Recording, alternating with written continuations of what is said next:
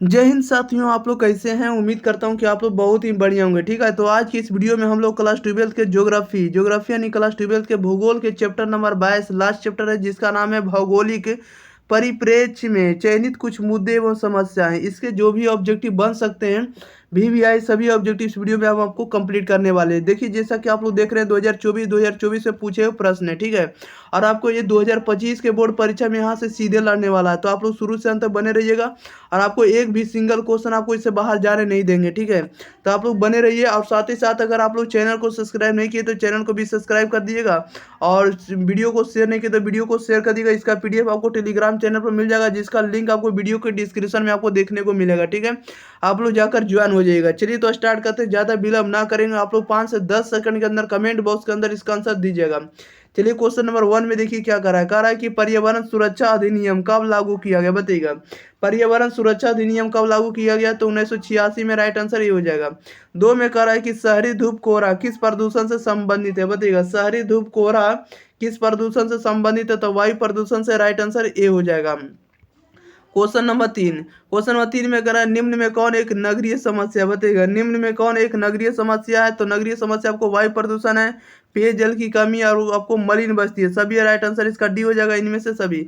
4 में कह रहा है कि कितने पीएच मान का जल प्रदूषक माना जा सकता है, बताइएगा। कितने पीएच मान का जल प्रदूषक माना जा सकता है, तो माना जा सकता है जिसका पीएच मान 3 होगा उसे जल प्रदूषक माना जाएगा, नहीं जल को प्रदूषक माना जाएगा। राइट आंसर इसका ए हो जाएगा। 5 में करा ध्वनि प्रदूषण के प्रमुख स्रोत कौन कौन है, बताइएगा। जल ध्वनि प्रदूषण के प्रमुख स्रोत कौन कौन होंगे, तो आपको उद्योग होंगे, मोटर कार होंगे, मोटर वाहन होंगे, लाउड स्पीकर होंगे, सभी होंगे। राइट आंसर डी होगा, इनमें से सभी। नेक्स्ट क्वेश्चन नंबर 6 से कह रहा है कि धारावी मलिन बस्ती किस नगर में स्थित है, बताइएगा। धारावी मलिन बस्ती जो है किस नगर में स्थित है, तो मुंबई में। राइट आंसर इसका बी हो जाएगा। 7 में कह रहा है कि निम्नलिखित रोगों में से कौन एक वायुजन्य नहीं है, बताइएगा। कौन सा रोग जो है वायुजन्य रोग नहीं है, या वायुजन्य रोग नहीं है, बताइएगा। अतिसार नहीं। राइट आंसर सी हो जाएगा। क्वेश्चन नंबर देखिएगा आप लोग सीधे 8 नंबर में कह रहा है कि सूक्ष्म क्षेत्रों में मृदा अपरदन का मुख्य कारण क्या है, बताइएगा। सूक्ष्म क्षेत्रों में मृदा अपरदन का मुख्य कारण क्या है, तो वायु अपरदन है। राइट आंसर इसका सी हो जाएगा। 9 में कह रहा है कि नमामि गंगे कार्यक्रम किस नदी की सफाई से संबंधित है, तो नमामि गंगे जो चला गया था गंगा नदी को सफाई करने के लिए। राइट आंसर बी हो जाएगा। 10 नंबर में कह रहा है कि वायु प्रदूषण के कारण कौन सी बीमारी होती है, बताइएगा। वायु प्रदूषण के कारण कौन सी बीमारी होती है, तो श्वसन तंत्रीय समस्या होगा, तंत्रिका तंत्रीय समस्या होगा, और रक्त संचार तंत्र संबंधी होगा, सभी होगा। राइट आंसर डी होगा, इनमें से सभी। क्वेश्चन नंबर 11 नंबर में देखिए क्या कर रहा है। 11 में कह रहा है भारत में एक अनुमान के अनुसार 1961 के बाद शहरी क्षेत्रों की जनसंख्या में कितनी प्रतिशत की वृद्धि हुई है, बताइएगा। भारत में एक अनुमान के अनुसार 1961 के बाद शहरी क्षेत्रों की जनसंख्या में कितनी प्रतिशत वृद्धि हुई है, तो 60% का। राइट आंसर सी हो जाएगा। 12 में कह रहा 2011 की जनगणना के अनुसार भारत में ग्रामीण जनसंख्या का प्रतिशत क्या है, तो राइट आंसर इसका सी हो जाएगा, 71% है। क्वेश्चन नंबर देखिए 13 कह रहा है कि विषैली धातु वातावरण में किस प्रकार फैलती है, बताइएगा। विषैली धातु वातावरण में किस प्रकार फैलती है, तो उद्योगों के कचरे से। राइट आंसर इसका बी सही जवाब हो जाएगा। नेक्स्ट क्वेश्चन लेते हैं। क्वेश्चन नंबर देखिएगा आप लोग 14 नंबर की ओर। 14 नंबर में देखिए क्या कर रहा है। चलिए, 14 नंबर में कर रहा है विश्व स्वास्थ्य संगठन एक रिपोर्ट के अनुसार भारत में लगभग एक चौथाई संचारी रोग जो किस तरह के होते हैं, बताइएगा। विश्व स्वास्थ्य संगठन की एक रिपोर्ट के अनुसार भारत में लगभग एक चौथाई संचारी रोग किस तरह के होते हैं, तो ये होते हैं जल जनित होते हैं। राइट आंसर इसका ये हो जाएगा। 15 में कह रहा है कि कोरोना बीमारी से सर्वाधिक प्रभावित होती है। कोरोना बीमारी से सर्वाधिक प्रभावित होता है तो श्वसन तंत्र। राइट आंसर ये हो जाएगा। क्वेश्चन नंबर 16 में कह रहा है कि निम्न में कौन भूमि निम्नीकरण का कारण है। भूमि निम्नीकरण का कारण कौन है, तो भू क्षारता होगा, मृदा अपरदन होगा, ठीक है, और जल जमाव होगा, सभी होगा। राइट आंसर डी होगा, इनमें से सभी। 17 में कह रहा है कि निम्नलिखित में से सर्वाधिक प्रदूषित नदी कौन है, बताइएगा। निम्नलिखित में से सबसे ज्यादा प्रदूषित नदी कौन है, तो यमुना नदी है। राइट आंसर सी हो जाएगा। नेक्स्ट क्वेश्चन लेते हैं। क्वेश्चन नंबर देखिए आप लोग 18 नंबर में कह रहा है कि औद्योगिकरण में कौन सा प्रदूषण होता है, बताइएगा। औद्योगिकरण में कौन सा प्रदूषण होता है, तो जल प्रदूषण भी होता है, वायु प्रदूषण भी होता है, ध्वनि प्रदूषण भी होता है, सभी होता है। राइट आंसर डी होगा, इनमें से सभी।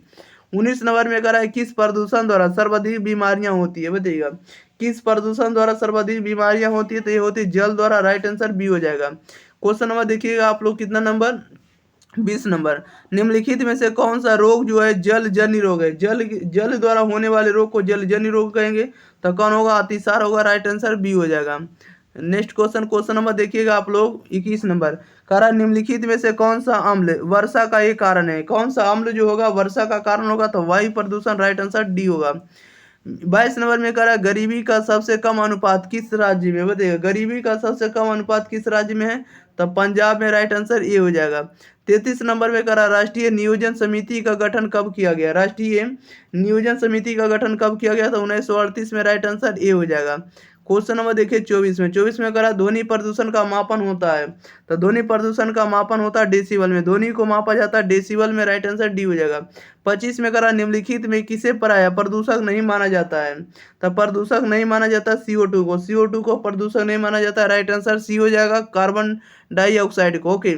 26 में कह रहा है कि पर्यावरणीय ह्रास होता है, पर्यावरणीय ह्रास किससे होता है, तो पर्यावरणीय ह्रास जो होता है आपको प्राकृतिक प्रकोप से होता है, प्राकृतिक आपदा से होता है, पर्यावरण आघात से होता है, सभी से होता है। राइट आंसर डी होगा, इनमें से सभी से। क्वेश्चन नंबर देखिएगा आप लोग सीधे 27 का, औद्योगिकरण से कौन से प्रदूषण होता है, बताइएगा औद्योगिकरण से कौन सा प्रदूषण होता है, तो जल प्रदूषण होता है, वायु प्रदूषण होता है, ध्वनि प्रदूषण होता है, सभी प्रदूषण होगा। राइट आंसर डी होगा, इनमें से सभी होगा।